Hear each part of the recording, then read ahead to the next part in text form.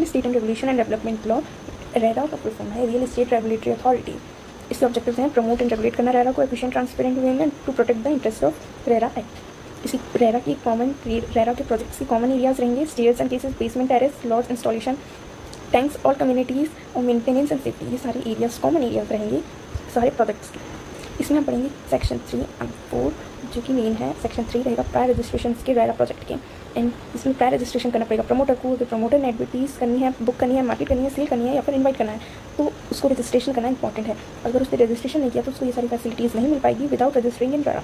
इसका सेकंड है अगर इस एक्ट के आने से पहले कोई ऑनगोइंग प्रोजेक्ट्स हैं और उसको कंप्लीशन सर्टिफिकेट नहीं मिले हैं तो उनको 3 मंथ्स के अंदर रजिस्ट्रेशन देना पड़ेगा अपना एप्लीकेशन, और उनको 3 मंथ्स के अंदर उनको रजिस्ट्रेशन करवाना पड़ेगा। कुछ प्रोजेक्ट्स एग्जाम्प्ट हैं जिनको रिक्वायर नहीं है, जैसे कि लैंड एक्सीड नहीं कर रहे हैं 5 स्क्वायर मीटर्स से, या फिर नंबर ऑफ अपार्टमेंट एक्सीड नहीं कर रहे हैं 8 से, या फिर प्रमोटर को कंप्लीशन सर्टिफिकेट मिल गया है, या फिर उनका पर्पस सिर्फ रेनोवेशन, रिपेयर या रीडेवलपमेंट है जिसमें मार्केटिंग, एडवर्टीजिंग, सेलिंग इंक्लूड नहीं है। फिर आता है सेक्शन 4 जिसमें अपना आएगा एप्लीकेशन फॉर रजिस्ट्रेशन। इसके स्टेप 1 है एप्लीकेशन को एप्लीकेंट को फाइल करना, एप्लीकेशन अपना विद फीस एंड डॉक्यूमेंट्स, और उसके विदिन 30 डेज़ के अंदर रेरा अपना अप्रूव्ड और रिजेक्शन का बताएगा कि उसने अप्रूव किया है या रिजेक्ट किया है विदिन 30 डेज़। अगर एप्लीकेशन सक्सेसफुल रजिस्ट्रेशन हो चुका है तो प्रमोटर को मिलेगा अपना registration number and login ID with password, और जो ये डॉक्यूमेंट्स देने हैं उसको ये वाले डॉक्यूमेंट्स हैं, जैसे कि ब्रीफ डिटेल देना पड़ेगा इंटरप्राइज का, जैसे कि name, registered address, types of entrepreneur, name of promoter with photographs, उसके पास्ट 5 ईयर्स की प्रोजेक्ट डिटेल्स देने पड़ेंगे कि वो कंप्लीट हुए हैं या फिर अभी तक डिलेड है।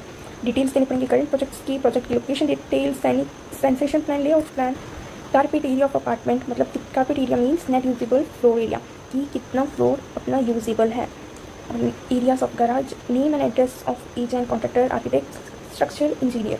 इसमें प्रमोटर्स को डिक्लेरेशन देना पड़ेगा विद एफिडेविट की जो लैंड के लीगल टाइटल कौन है, उसमें कोई इनकम्प्रेंसेस यानी कि कोई एरिया गिरवी तो नहीं रखा गया है जो कि अभी तक पेंडिंग है, उसका कंप्लीशन टाइम पीरियड बताना पड़ेगा। 70% जो अमाउंट है कंस्ट्रक्शन नहीं जाना चाहिए लैंड का, वो प्रमोटर विड्रॉ कर सकता है प्रोजेक्ट की कंप्लीशन की अमाउंट विद पोर्शन, जितना पोर्शन कंप्लीट हो जाता है उतना अमाउंट वो अपना विड्रॉ कर सकते हैं। बट सर्टिफिकेट लगेगा इंजीनियर, आर्किटेक्ट एंड सीए का।